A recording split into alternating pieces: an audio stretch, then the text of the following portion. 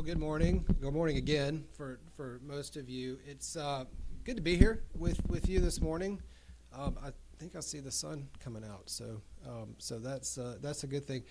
For those of you who don't know, I'm Brad Brooks. I'm the executive director at Southeastern Children's Home.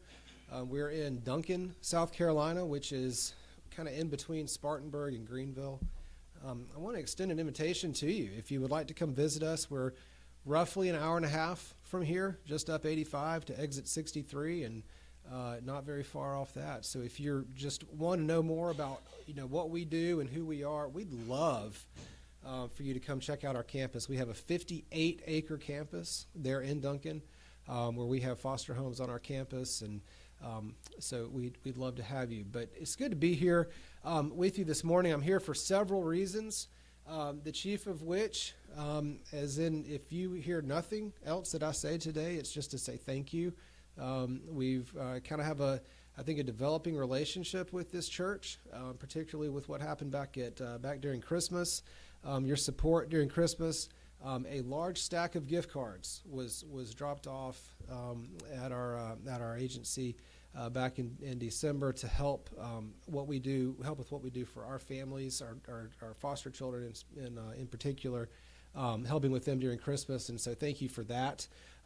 Really just enjoyed that. Our children benefited from that. Our staff, certainly our foster families, benefited from that.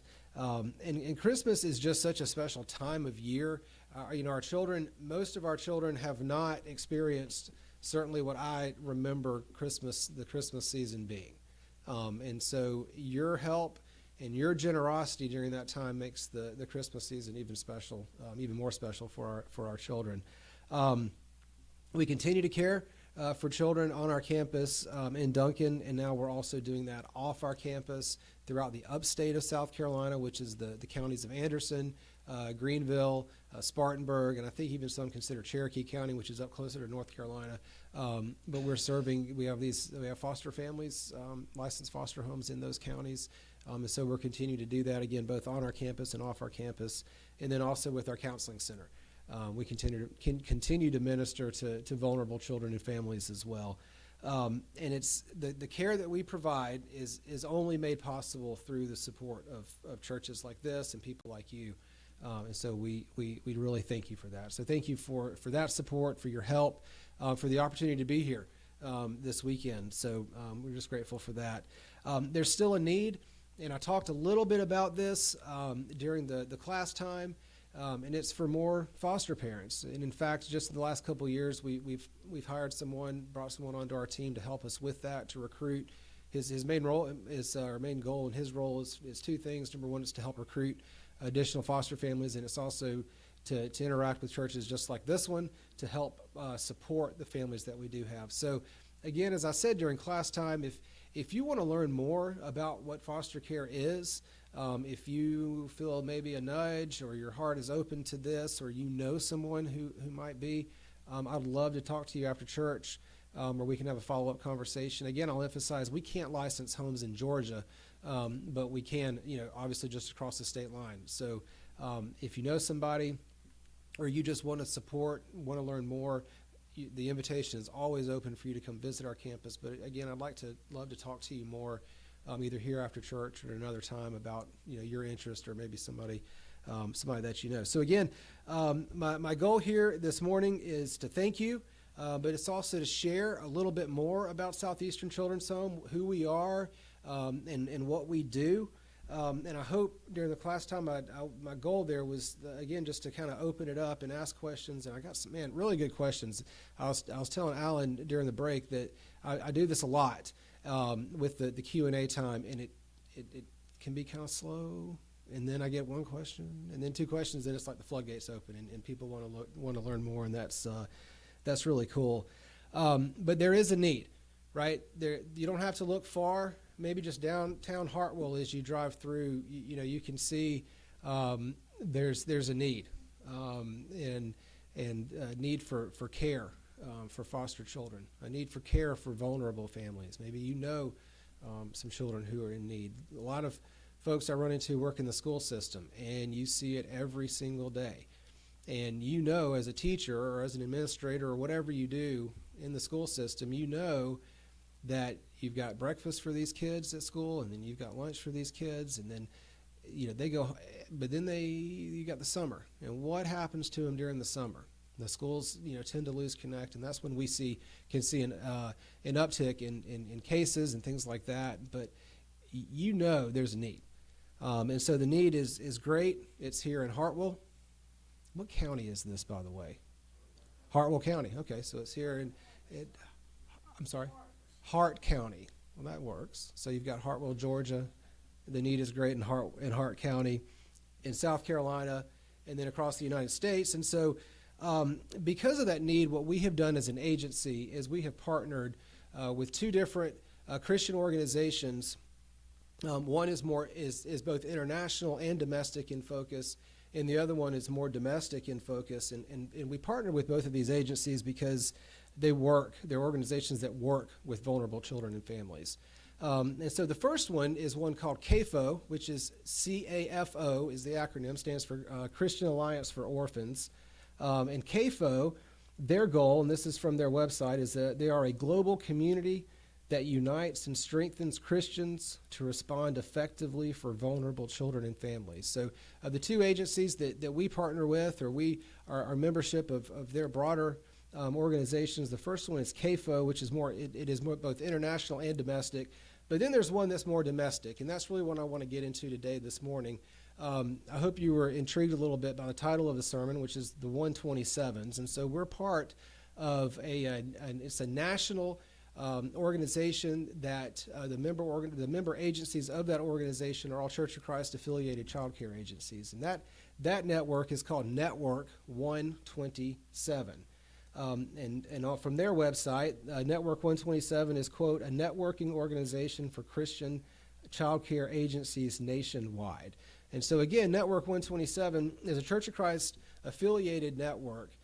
So all the agencies that are part, we are affiliated with Churches of Christ. And Southeastern Children's Home has been a part of that group since the 1980s.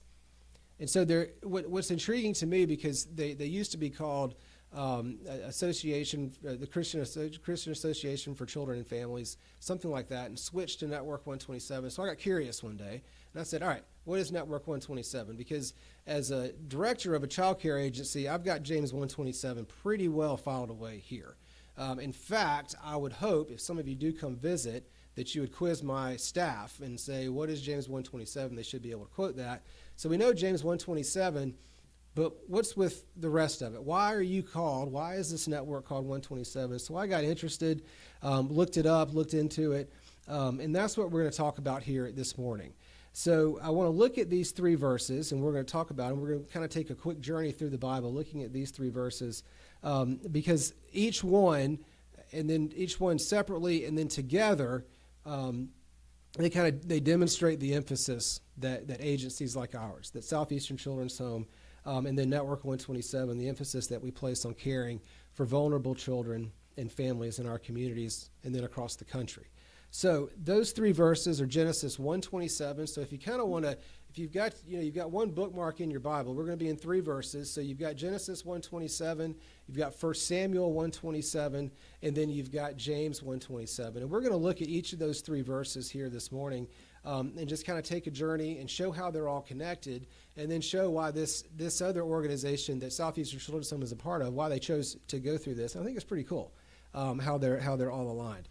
So Genesis 127, if you want to flip there, right there at the beginning of your Bible, you all know this account. You know the Genesis account, the creation account, God creating from nothing, which is this unfathomable thing for me.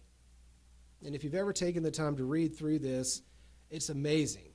And there's so many rich things here in this chapter and in the creation story, but the one that stands out to me is that out of nothing, God created. So then there's the creation story, and we get into Genesis 127. Here's what Genesis 127 says. It says, so God created mankind in his own image. In the image of God, he created them. Male and female, he created them. And so when I'm doing my study, I like to have a couple of different versions with me, whether it's the NIV or the KJV or whatever it is. And one of the ones, the paraphrase version of the Message is one that I like to have with me. And so the Message version of Genesis 1:27 says this: God created human beings. He created them godlike, reflecting God's nature. He created them male and female. Then if you'll flip over to 1 Samuel 1:27. 1 Samuel chapter 1, verse 27. Here's that verse. It says, I prayed for this child, and the Lord has granted me what I asked of him. And then again, the Message version of that says, I prayed for this child, and God gave me what I asked for.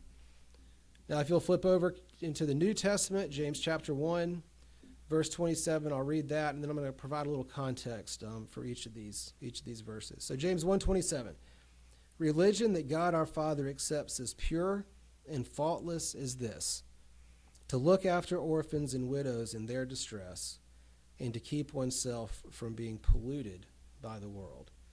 And again, the Message reads like this from James 1:27, real religion, the kind that passes muster before God the Father, is this: reach out to the homeless and loveless in their plight, and guard against corruption from the godless world.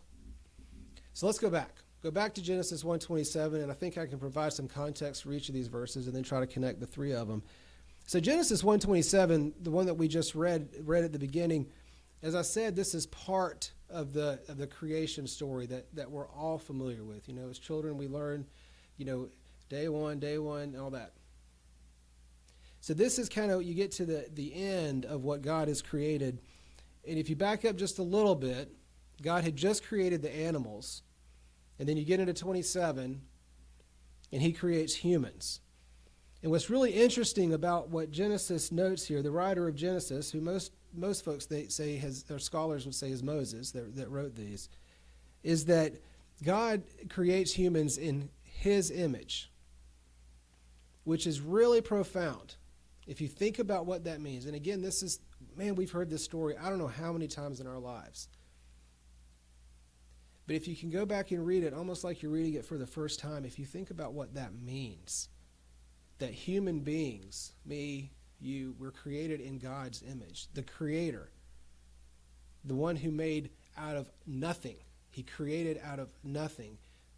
We are created in his image. We're created in the image of the Creator. And so if you go down just a few more verses in Genesis 1, verse 31, what that says is that after creating these humans that were made in his image, everything was now considered to be very good instead of just merely good. Everything else was good.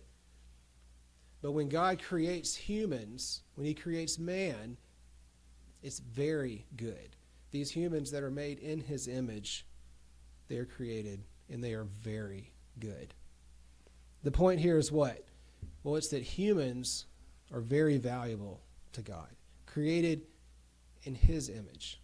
At the end of creation, the last thing that was created, very good. Humans are very valuable to God. Okay, let's fast forward to our second 127, and that's in 1 Samuel. 1 Samuel 127, there's a little bit of context here that I think is important, and most of you know this story. But the person who speaks these words that we read in 1 Samuel 127 is Hannah, who was the wife of Elkanah. And Hannah had previously been unable to have children. And the words that she speaks here are about Samuel. And if you go back just a few verses to 1 Samuel 1:6, you'll see that Hannah's inability to have children, and then later some insults that were kind of hurled at her by Elkanah's other wife. This is a lot. This takes a toll on Hannah. It's really, really difficult for her because that was a sign of in that culture that if you couldn't have children, that there was something wrong with you, that there was a curse on you, that you just weren't the woman that you were supposed to be. And she feels this in her heart and in her soul because she's not able to have a child, but then she is. And what comes from that is just beautiful, what she says here. And this is, again, 1 Samuel 1:27. I prayed for this child, and the Lord has granted me what I asked him. And then if you keep going, verse 28, So now I give him to the Lord. For his whole life he will be given over to the Lord. These are beautiful words. And again, if we're familiar with this story like we are with the creation story, we tend to bypass things like this, and we tend to not pay attention to the details. A woman who was unable to have children, and I obviously am not a woman. I've never had children. And so I don't know what it's like. And some of y'all in here who have been blessed to have children, maybe there was a time where you thought, well, maybe I won't be able to have children. Or maybe you're still in that phase where you feel like, well, maybe I can't. I never will have children. And if that's God's will for your life, then that's what happens. But what you have here with Hannah is you have a woman who was really, really down.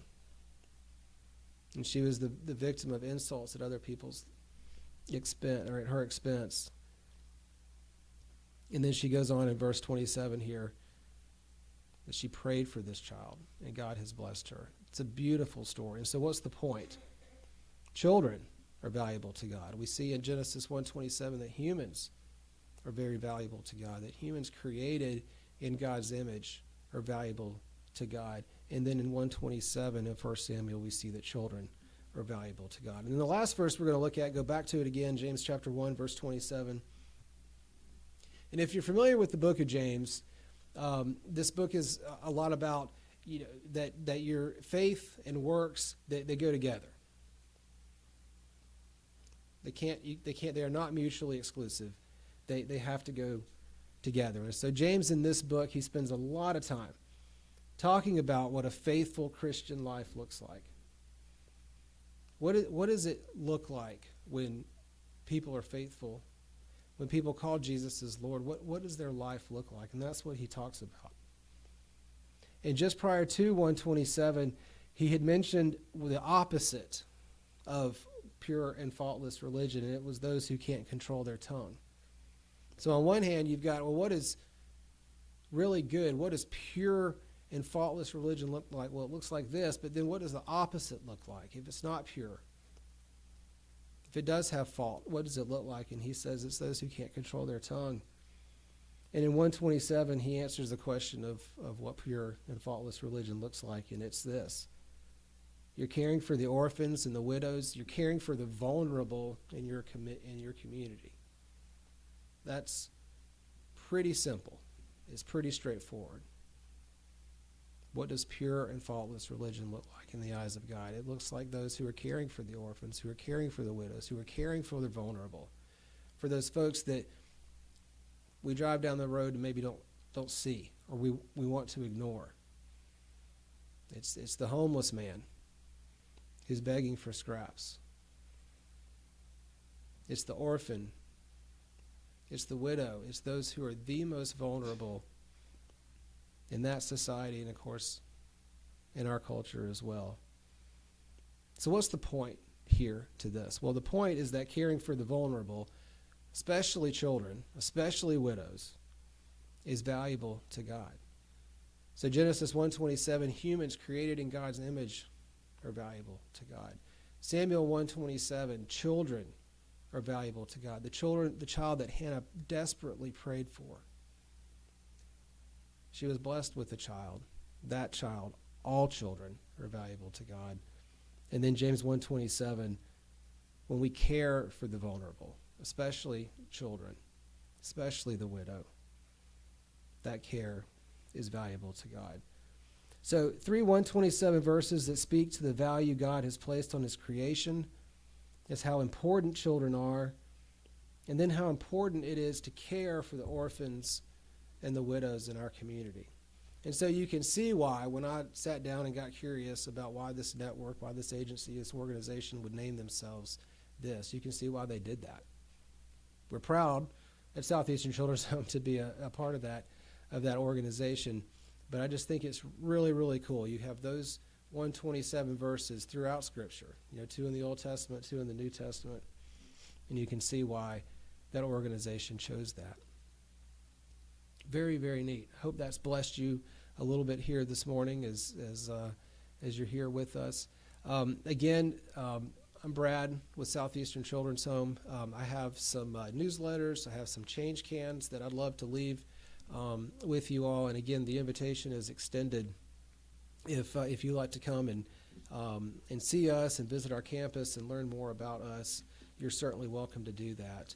I believe we have an invitation song. And if you're here this morning and you want to learn more about this Jesus that extends an invitation to you to come and learn more about him, and then you can help this church, help other communities, help agencies like ours care for the vulnerable in our community, in our culture, and in our world. But if you're interested in learning more, please come forward as we stand and sing.